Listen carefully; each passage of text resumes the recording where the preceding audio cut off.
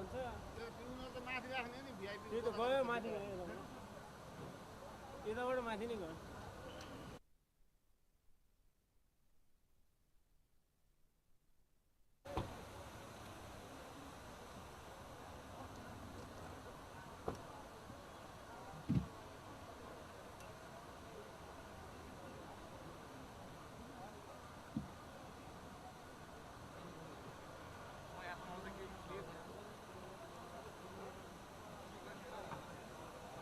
अब जो अब अहिले मजाले खिच्न पाएन अब आउनेको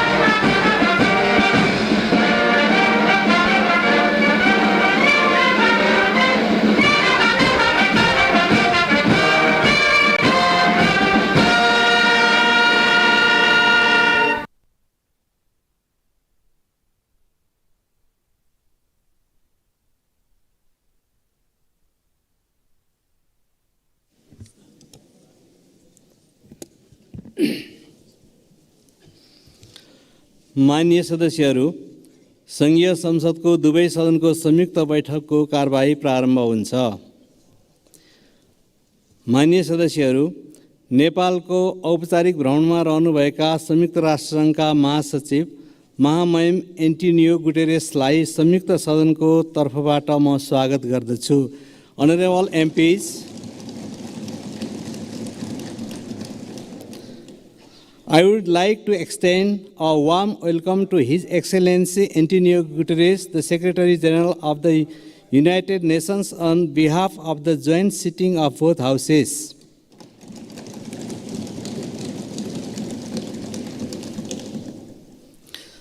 माननीय सदस्यहरू, म महासचिव महामहिम एन्टोनियो गुटेरेसलाई सङ्घीय संसदको दुवै सदनको संयुक्त बैठकलाई सम्बोधनको लागि अनुरोध गर्दछु। Honorable MPs, I would like to request His Excellency Antonio Guterres to address the joint sitting of the both houses of the Federal Parliament.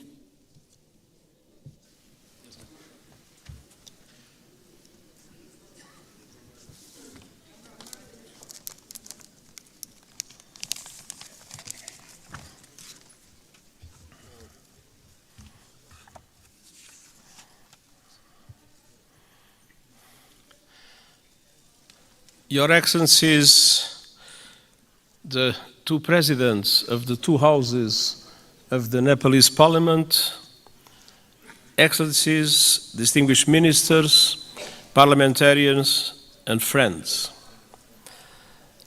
Allow me, before I start, to express my deep gratitude for the wonderful hospitality that the government and the people of Nepal has provided to me during these 3 days. All the facilities that were put at my disposal have transformed this visit in an enormous success.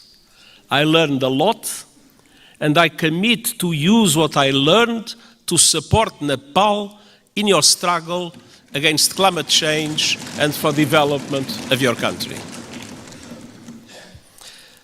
When I am here, I am twice at home.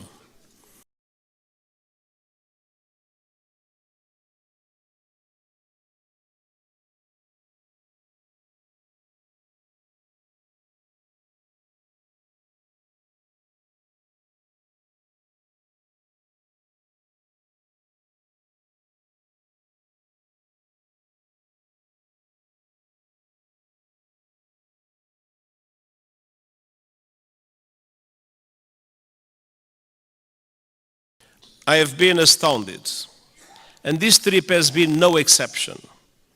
What I've seen and experienced in the past few days will stay with me always.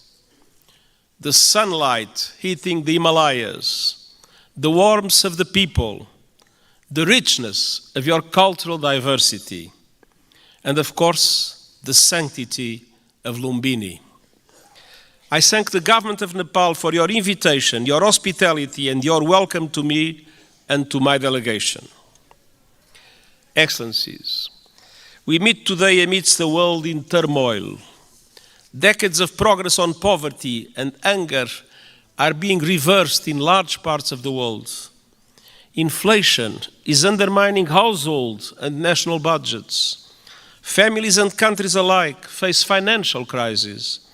Women are underrepresented and underpaid, and I recognize the enormous effort that Nepal is doing in the way for gender equality, full gender equality, and I praise your efforts and its results. Violence and conflict abound.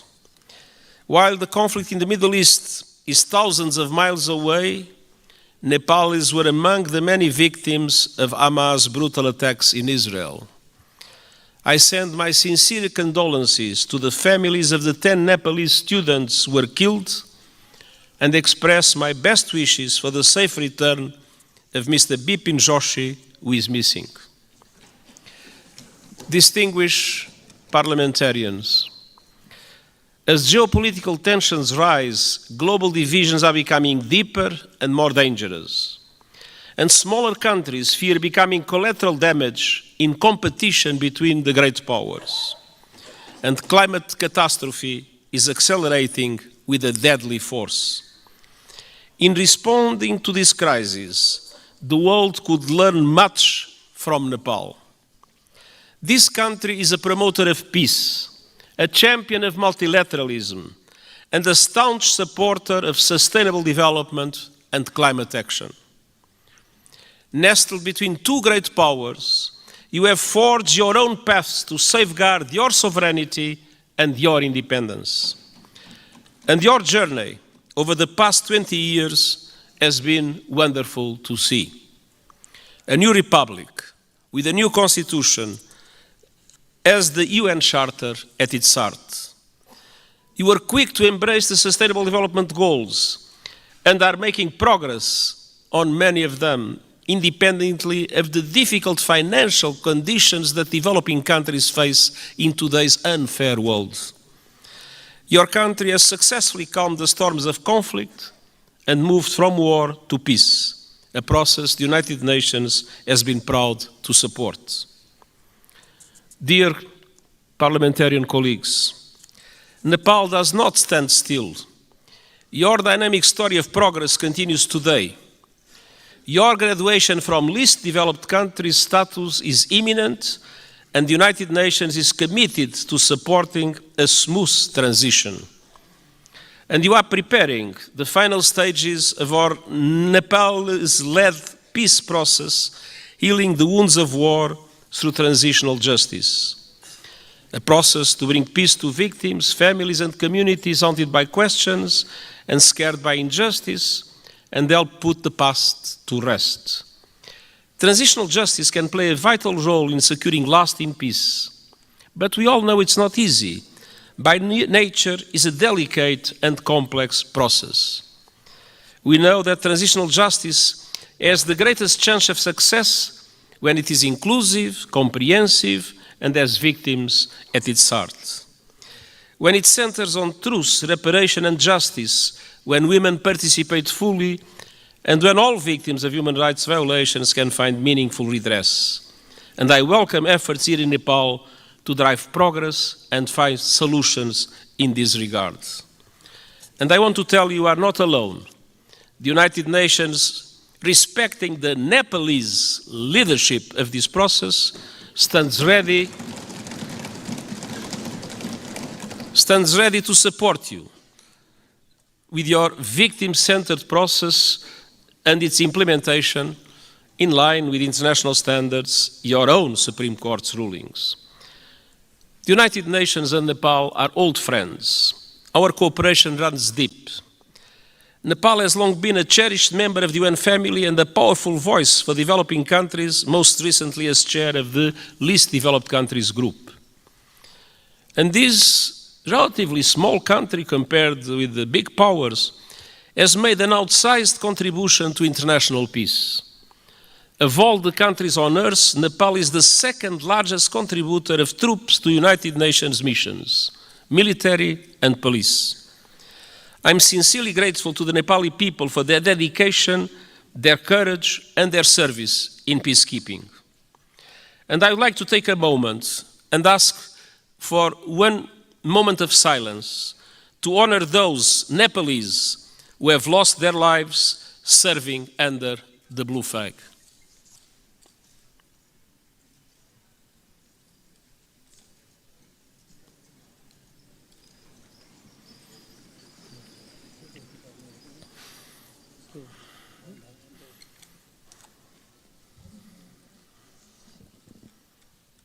हामी मौन धारणको लागि 1 minute साथ दिनेछौँ।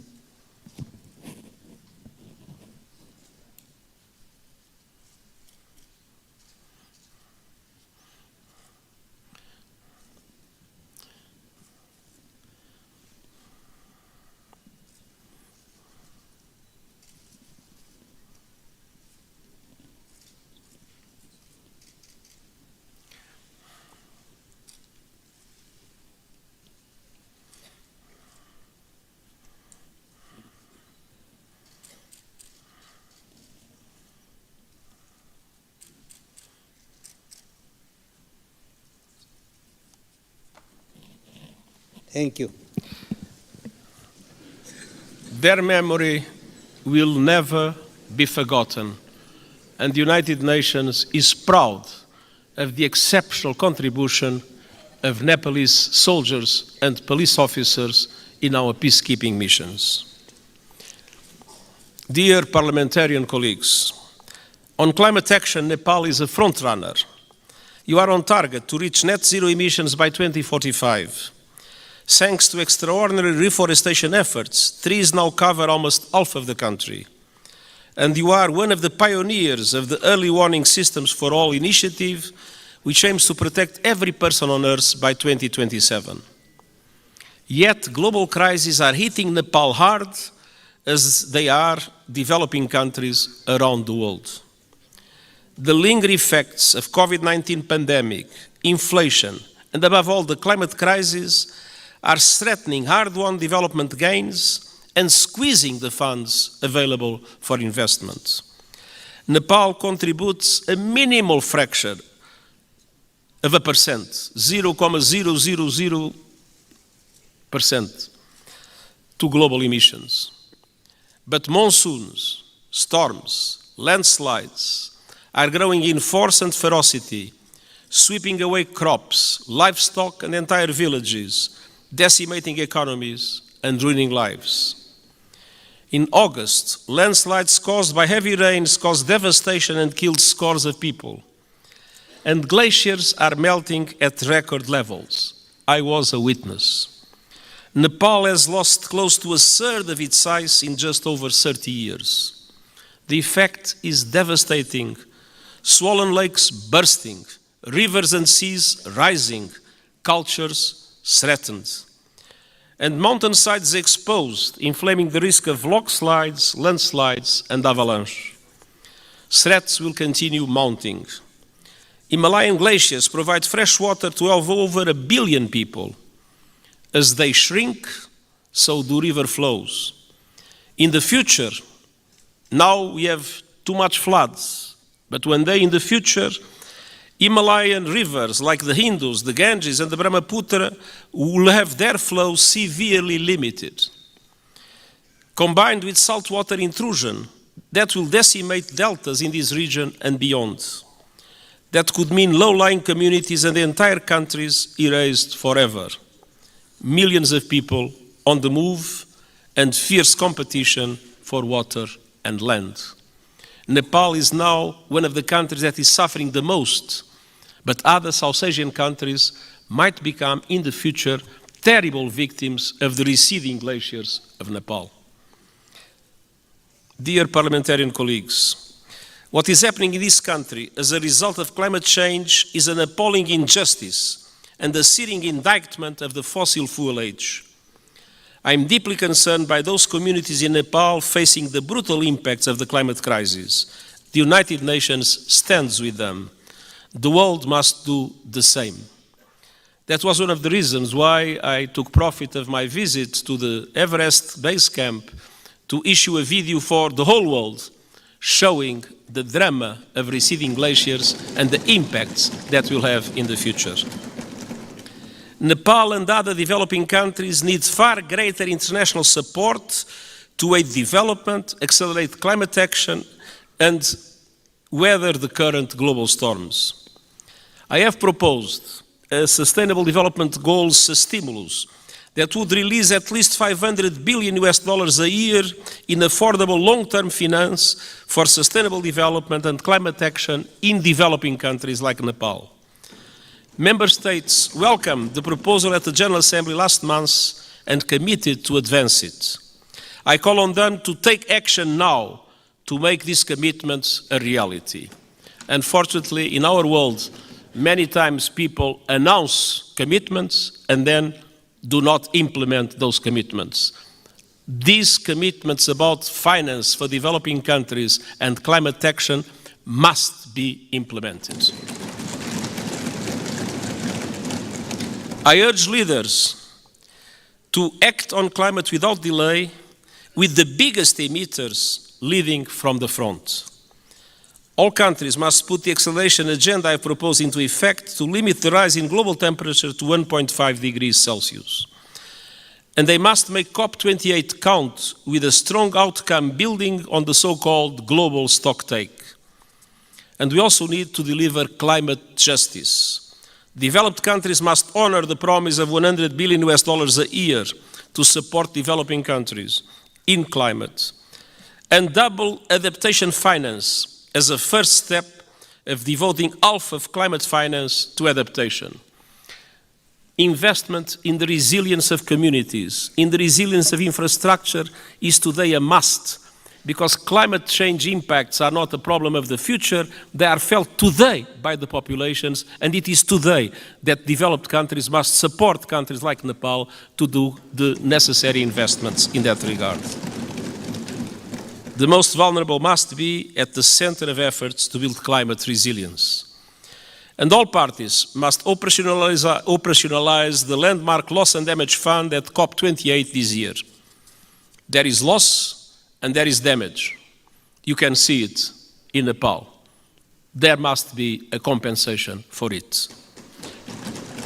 The Nepalese people depend on it. For families that have lost their home to storms, for communities forced to abandon their villages by rising rivers, loss and damage is not a negotiating point or a bureaucratic abstraction, it is a lifeline. Dear parliamentarian colleagues, Nepal has long been a friend to the international system, and today their system is in dire need of refresh, revitalization and reform. The world is in a state of flux, it is moving towards multipolarity, and that is a good thing. A multipolar world provides new opportunities for leadership and balance on the global stage. But this new dynamic requires strong multilateral institutions to maintain peace. History shows us that. At the beginning of the 20th century, Europe was multipolar, but without strong multilateral institutions, it descended into war that engulfed the world. That is not a risk we can take. We need strong international reformed institutions that reflect the realities of today. But ours, like the Security Council or the Bretton Woods system, mirror the world in which they were founded almost 80 years ago. They correspond to 1945. They do not correspond to what is the world in 2023. That must change. Developing countries must have far greater representation in international institutions.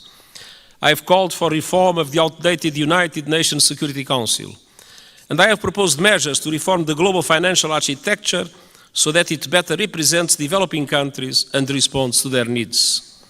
And these proposals are gaining traction at this year's United Nations General Assembly and beyond.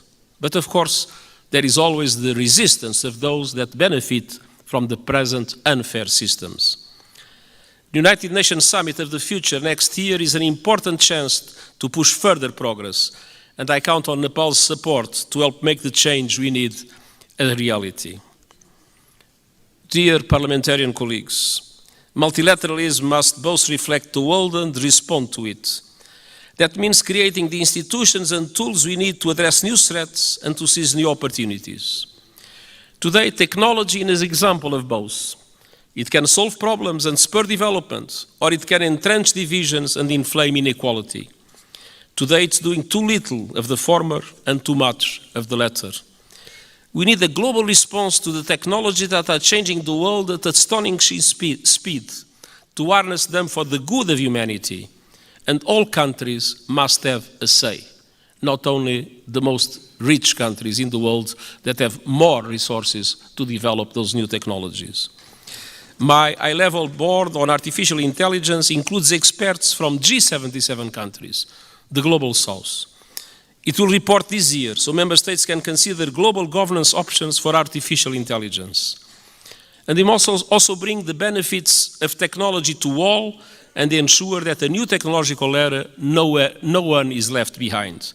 This is the purpose of the Global Digital Compact the United Nations is proposing. It aims to bring together governments and industry to ensure that technology works for all and accelerate the Sustainable Development Goals. And I hope the Summit of the Future will be an excellent chance to push progress. As a steadfast champion of multilateralism, peace, and developing countries' interests, Nepal will be a vital ally at the summit. Dear parliamentary colleagues, it has been my great pleasure to visit this extraordinary country over the past few days. What I've seen confirms a simple truth. Nepal is a friend of the world, so the world must be a better friend to Nepal. And the United Nations will never stop fighting to make that a reality, and I thank you.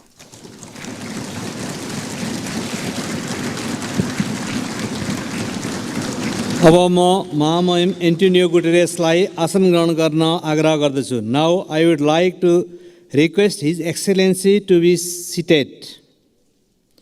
माननीय सदस्यहरू, संयुक्त राष्ट्रसङ्घका महासचिव महामहिमबाट आज सङ्घीय संसदको दुवै सदनको संयुक्त बैठकलाई भएको सम्बोधनप्रति निम्नलिखित धन्यवाद प्रस्ताव प्रस्तुत गर्दछु. धन्यवाद प्रस्ताव.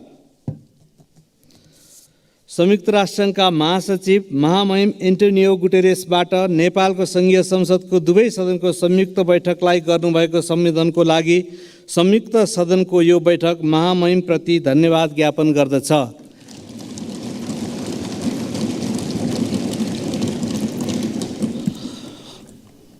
Motion of thanks.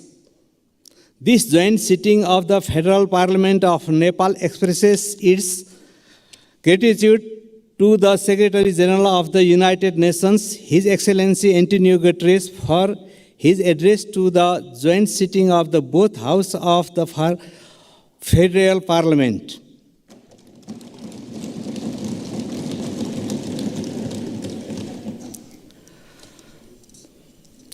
माननीय सदस्यहरू, उक्त धन्यवादको प्रस्तावलाई सहमति जनाइदिनु हुन म आग्रह गर्दछु.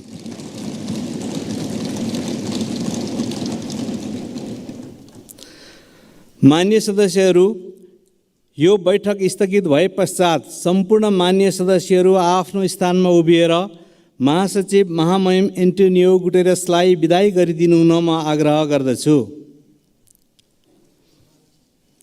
माननीय सदस्यहरू, सङ्घीय संसदको दुवै सदनको संयुक्त बैठक यहीँ स्थगित हुन्छ.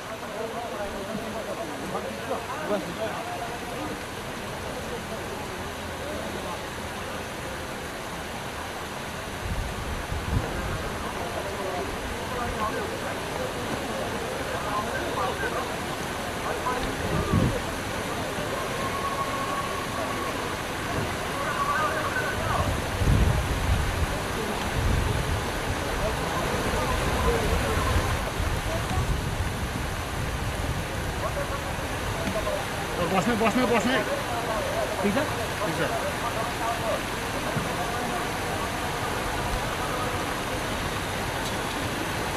यता साइडमा अलि बस्नुपर्छ यता बस्नै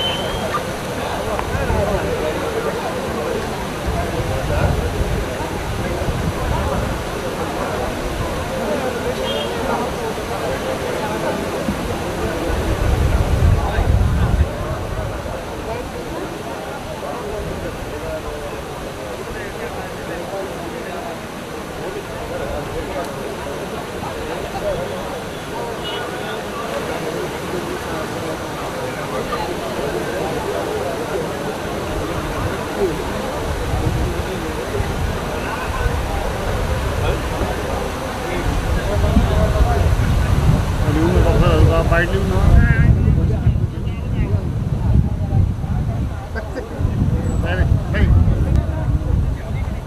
अहिले मास्टरजीले बोल्नु भएको छ यस विषयमा उहाँले बोल्नुभएको विषयमा के छ विषयमा बताउनु भयो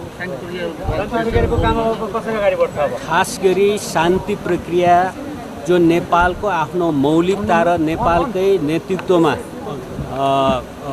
अगाडि बढेको कुराको प्रशंसा गर्नुभयो त्यो कुरो विशेष उल्लेखनीय छ र आगामी दिनमा पनि बाँकी खास गरी सङ्क्रमणकालीन न्याय सम्बन्धी बाँकी कामहरूलाई हामी छिट्टै टुङ्गाउन यसले एउटा प्रोत्साहित गरेको छ र हामीले पीडित मैत्री खालको कानुन आयोग र प्रक्रियाहरूलाई अगाडि बढाउने हाम्रो विगतदेखिकै प्रतिबद्धता हो र त्यसअनुसार अगाडि बढ्छ र त्यो कुरो शान्ति प्रक्रियाको महासचिवबाट जो सम्बोधन र चाहिँ खास गरी प्रशंसा भएको छ त्यो आगामी दिनमा पनि यो हाम्रो मौलिकता नेपालका सबै पक्षहरू बसेर सबैले आफ्नो मौलिक ढङ्गले स्वामित्व लिएर सम्पन्न गर्ने कुरालाई प्राथमिकता दिन्छौँ।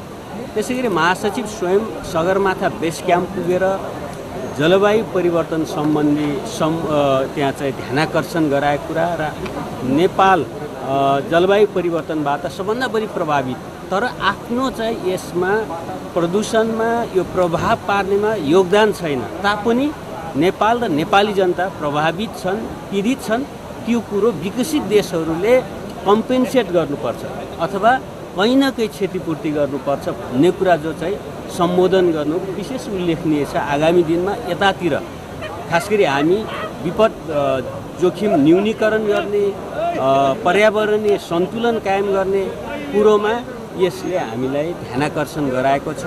विकसित देशहरूले उहाँहरूले कुनै न कुनै रूपले ती देशहरूले नेपाल जस्ता जलवायु परिवर्तनबाट प्रभावित र जोखिममा रहेका देशहरूलाई सहयोग गर्नुपर्छ किनभने त्यसमा उहाँहरूको दायित्व छ भन्ने कुरा सम्बोधन गर्नु खुसीको कुरा हो र नेपालको यसले गौरव नेपालको प्रतिष्ठा बढाएको छ भन्ने मलाई लाग्छ। धन्यवाद।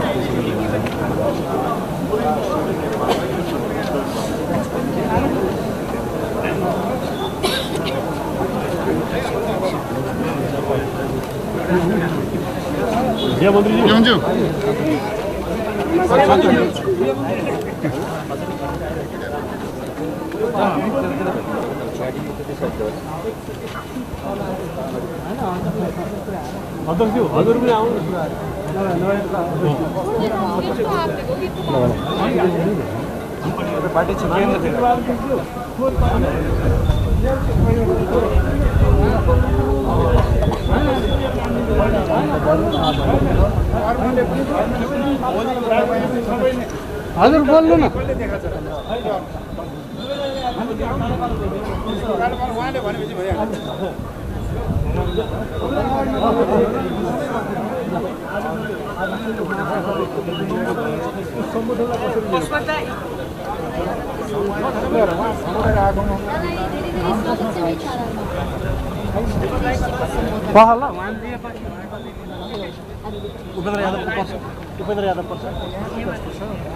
उहाँले चाहिँ के छ भने नेपाललाई जोगाउनलाई पर्यावरण जोगाऊ, शान्तिलाई कायम राख, यो दुईटा मेसेज जुन हो त्यो हरेक नेपालीले बुझ्नुपर्ने हो। अब राजनीतिक दलका नेताहरूले पनि त यसलाई स्मरण गर्नुपर्ने भयो होइन, सबैभित्र नेता, अभिनेता, पत्रकार सबै पर्छन्।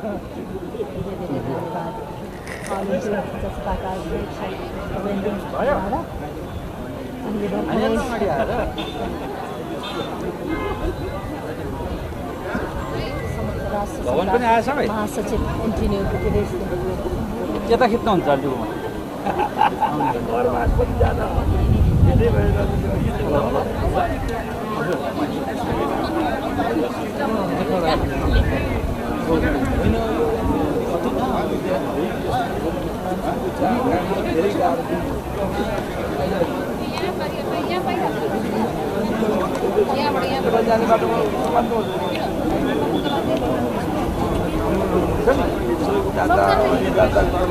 निर्माता सबै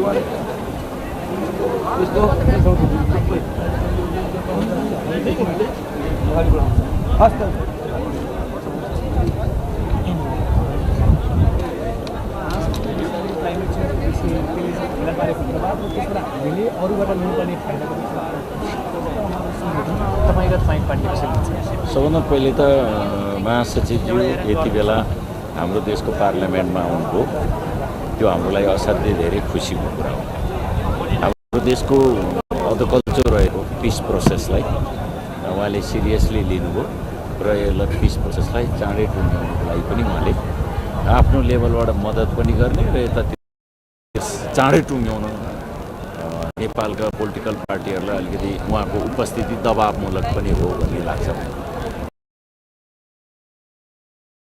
क्लाइमेट चेन्जको बारेमा उहाँ असाध्यै धेरै चिन्तित भएर जुन ढङ्गले प्रस्तुत गर्नुभएको छ र त्यो वास्तवमा चाहिँ झन्डै यसले 2 रेन्ज वाणिज्यबाट र यो कुरामा चाहिँ उहाँले जे कुराहरू हामीलाई सजेस्ट पनि गर्नु र बाह्य क्षेत्रबाट हामीले सिक्नुपर्ने कुराहरूको बारेमा पनि राख्नुभयो। यो बारे हामीले सिक्नुपर्छ र हामी नेपालको महत्त्वलाई विश्व समुदायको समक्ष उजागर गरेको छ र जुन विषयवस्तुहरू अगाडि सारिएको छ, खास गरी शान्ति प्रक्रियासँग जोडिएको, सङ्क्रमणकालीन न्यायसँग जोडिएको विषयमा नेपालकै पहलकदमीमा यो विषयवस्तुलाई अगाडि बढाउने र समाधान गर्ने जुन प्रयत्न भएको प्रशंसा गरिएको छ, त्यो हाम्रो निम्ति गौरवको कुरा पनि हो र हिमालय पग्लिरहेको छ र त्यसले गर्दाखेरि विश्वको जुन वातावरणमा जुन असर परिरहेको छ र त्यो पर्यावरणको समस्यालाई पनि जसरी उहाँले प्रत्यक्ष रूपमा आफूले देखेको अनुभव गरेको कुरा बताउनु भएको छ, त्यसले पनि विश्वको ध्यान आकर्षित गर्छ भन्ने कुरा लाग्दछ र यस्ता कुरामा नेपाल जस्तो देशको कुनै पनि भूमिका छैन। विकसित देशहरूले, सम्पन्न देशहरूले त्यसको जिम्मेवारी बोक्नु पर्दछ भन्ने पनि उहाँले कुरा उठाउनु भयो। विश्व शान्तिको सन्दर्भमा नेपालको भूमिकाको उहाँले उच्च प्रशंसा गर्नुभयो र दोस्रो सबभन्दा ठुलो सेना र प्रहरी शान्तिको निम्ति पठाउने देशको रूपमा नेपालको जुन चर्चा गर्नुभएको छ र उहाँले जसरी विभिन्न ठाउँहरूको भ्रमण गर्नुभयो, लुम्बिनीको गौतम बुद्धको जन्मस्थल लुम्बिनी नेपालमा पर्दछ भन्ने कुरा, त्यसरी सगरमाथाको र पोखरा जस्तो अत्यन्तै रमणीय ठाउँ र अन्नपूर्णको उहाँले जसरी भ्रमण गर्नका लागि ठाउँहरूको चयन गर्नुभएको छ, त्यसबाट पनि नेपालप्रतिको उहाँको निकटता, आत्मीयता त्यो व्यक्त हुन्छ। त्यसले हामीलाई नेपालले अत्यन्तै गौरवान्वित तुल्याएको छ। हामीहरू अत्यन्तै उहाँको भ्रमण गरेर खुसी छौँ। जसरी शान्ति प्रक्रियाको विषयमा उहाँले कुरा गर्नुभएको छ, यसले त तपाईँहरूबाट पनि शान्ति प्रक्रियाको उहाँ पुर्याउनु केही दबाब त पर्दैन? अवश्य हामीले गर्नैपर्छ। दबाबको पनि हाम्रै चाहनाको, हाम्रै आवश्यकताको कुरा हो। विश्व समुदायको यसमा समर्थनको हामी अपेक्षा गर्दछौँ र विश्व समुदायले पनि आवश्यक सहयोग पनि गर्नुपर्ने हुन्छ। तर यो मुख्यतः हाम्रो पहलमा र हाम्रो योजनामा, हाम्रो तत्परतामा हल हुन्छ। जस्तो अन्वेन फिर्ता गइसके पछाडि तपाईँकै प्रधानमन्त्रीको कालमा सेना समायोजनको कुरा चाहिँ फिक्स भएको थियो होइन? अब अहिले तपाईँ सरकारमा हुनुहुन्छ, यो शान्ति प्रक्रियालाई टुङ्ग्याउन त सरकारमै भएका प्रमुख नेताहरू प्रचण्ड माधवका नेपालहरू चाहनुहुन्न भनेर केपी ओलीको त बाहिरमाथि आरोप पनि छ, के भन्नुहुन्छ? अब त्यसमा अब समीक्षा गर्नुपर्छ, मूल्याङ्कन गर्नुपर्छ, कहाँ त्रुटि भयो, कसबाट त्रुटि भयो, कसले ढिलाइ गर्यो, यो यस विषयको बारेमा तपाईँहरू पनि खोज गर्नुहोस्, हामीलाई पनि भन्नुहोस्, हामी पनि खोज गरौँला। वास्तवमा यति ढिलाइ गर्नु आवश्यक थिएन। विश्वका सामु जसरी हामीले एउटा उदाहरण प्रस्तुत गरेका थियौँ कि हामी आफ्नो द्वन्द्व आफै हल गर्न सक्दछौँ भन्ने उदाहरण, त्यतिखेर पनि अन्वेनले नेपालबाट बिदा लिएपछि यहाँ फेरि युद्ध भड्किन्छ, रगतको खोलो बग्छ भनेर जसरी भनेका थिए, त्यसलाई हामीले गलत हो भन्ने कुरा साबित गरेका थियौँ। त्यही हिसाबले पनि यो सिङ्गो प्रक्रियालाई टुङ्ग्याउने काममा त्रुटि भएको छ। अब विश्वले यो संयुक्त राष्ट्रको महासचिवको भ्रमण पछाडि दुनियाँले हेर्ने, नेपाललाई हेर्ने दृष्टिकोणमा के बदलाव आउन सक्छ, के फेरिन सक्छ? अवश्य पनि नेपालको बारेमा जागरुकता, जिज्ञासा, आकर्षण बढ्नेछ। एउटा राष्ट्रहरूको बढ्नेछ, विश्व जनताको बढ्नेछ। हाम्रो निम्ति धेरै हिसाबले त्यो उपयोगी हुन्छ। नेपालको स्वतन्त्रता, सार्वभौमसत्ता, नेपाली जनताको आफ्नै इतिहास, किनभने उहाँले पाटन दरबारको पनि उहाँले अवलोकन गर्नुभएको छ। ऐतिहासिक पुरातात्विक महत्त्वको यो देश, लुम्बिनीमा जाँदाखेरि कपिल वस्तुका त्यो त्यहाँ रहेका भनौँ स्थानहरूको बारेमा पनि, बुद्धको सुदोधनको दरबारलाई, त्यो एरियालाई विश्व सम्पदा सूचीमा राख्नुपर्छ भन्ने हाम्रो तर्फ जुन प्रयत्न भइरहेको छ, ती सबै कुरामा पनि उहाँले अवश्य पनि ध्यान पुर्याउनु हुने हामीले आशा राखेको छ। जस्तो भूराजनीतिक रूपमा अलिकति संवेदनशील राष्ट्र, त्यसमाथि अब दुई उदाउँदा शक्ति राष्ट्रहरूको चेपुवामा परिरहेको नेपालको लागि चाहिँ राष्ट्रसङ्घले कस्तो भूमिका निर्वाह गर्न सक्छ यहाँको दिगो विकासको लागि, शान्तिको लागि? उहाँले भन्नुभयो कि अहिलेको विश्व मल्टिपोलर छ र अहिलेको विश्व व्यवस्थामा परिवर्तनको आवश्यकता छ। अहिले न्यायोचित विश्व व्यवस्थाको आवश्यकता छ।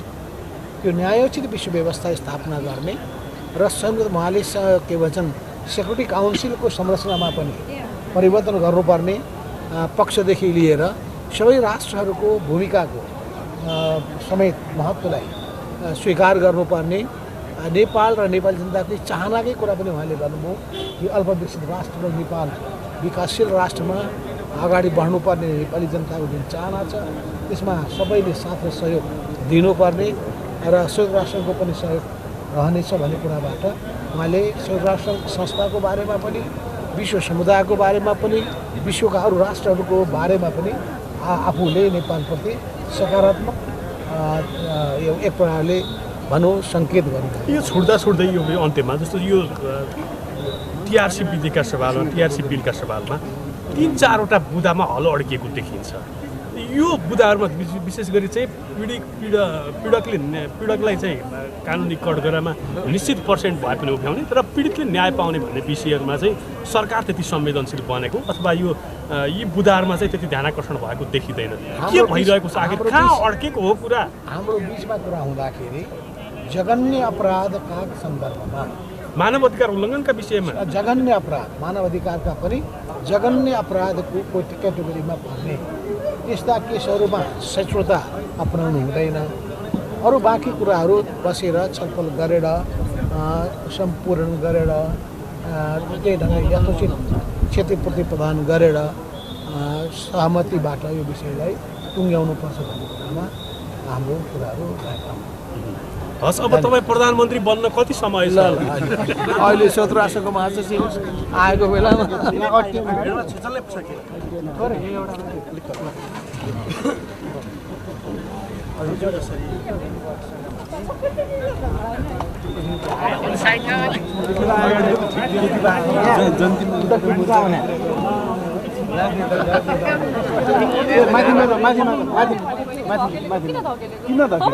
किन धकेल्या बहिनी किन धकेल्या? अध्यक्षजी बोल्नुहुन्छ। अध्यक्षजी के छ प्रतिक्रिया हजुरको? आज कसरी सहितको सम्बोधन भयो? कसरी पनि भयो? एकछिन है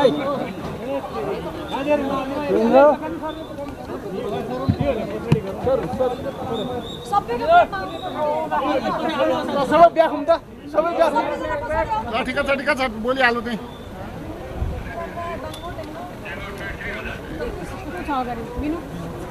के मिल्छ त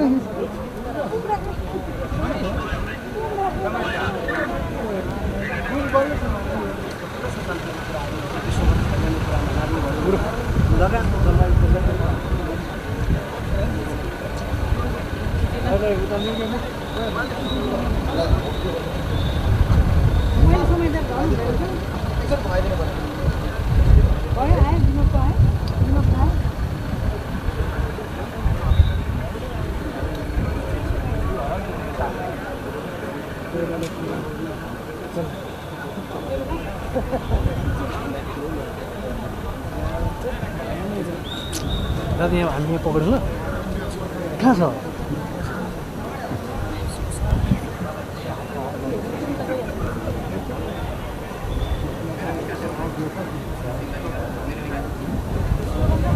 मलाई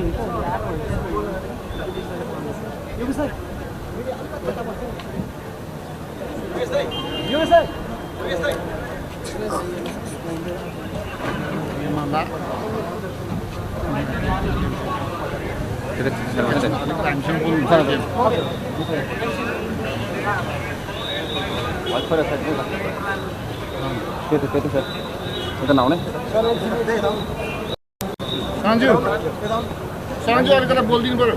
सञ्जु अलिकता बोलिदिनु पर्यो। नेपालको समग्र हितमा संयुक्त राष्ट्रको महासचिवले बोल्न सक्ने अप्टिमम मात्र होइन म्याक्सिमम सीमामा उहाँले बोल्नुभयो। यो नेपालको निम्ति नेपालीको निम्ति निकै खुसी र गर्वको कुरा हो। नेपालको संसार सबै मित्र छन्। संसारले नेपाललाई माया गर्नुपर्छ, सबैले मित्रको रूपमा सहयोग गर्नुपर्छ र फन्ड क्लाइमेट चेन्ज सम्बन्धी या अरू गरिबी निवारणसँग सम्बन्धित सबै फन्डहरू जो एलोकेट गर्ने भनिएको छ नेपाललाई दुनियाँले ध्यान दिनुपर्छ। योभन्दा ठुलो कुरा उहाँले भन्ने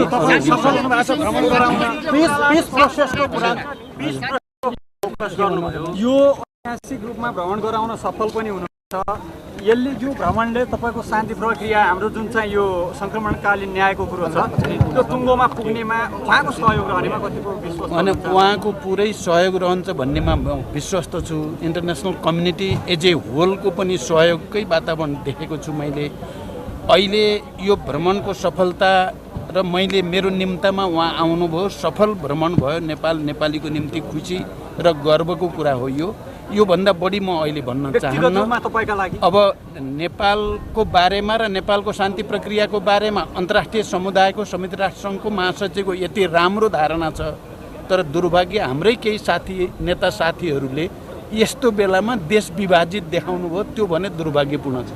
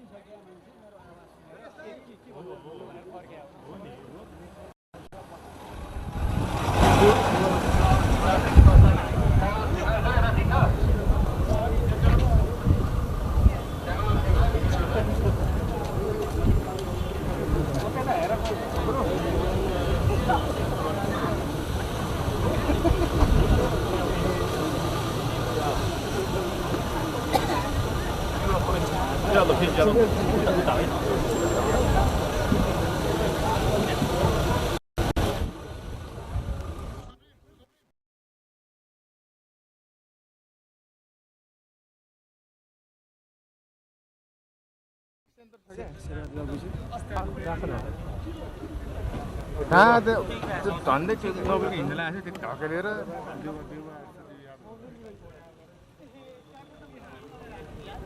राम्रो आएको